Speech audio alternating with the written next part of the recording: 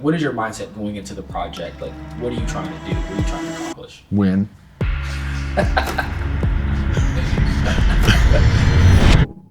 My name's James Guthrie. I am head of the Special Projects Division of Chapman Porsche Tucson. This year we're going to be building a 1973 914. It came to us as a complete basket case, basically a rolling shell. Not many parts were with the car, other than the car had never been wrecked and is virtually rust-free. We're going to do a tribute 914 GT. We picked 914s because I think they're overlooked. I think they need to be revisited. They weren't appreciated for so many years.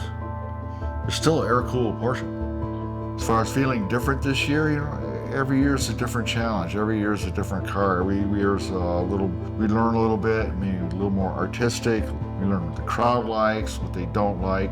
It's all important factors. We've assembled a great crew of people to help these projects along. It's not any one person or any one thing that makes a project like this happen. It takes a lot of people. It's going to be a pretty unique project. It's not going to be something that, it's not going to be your average 914, let's put it that way.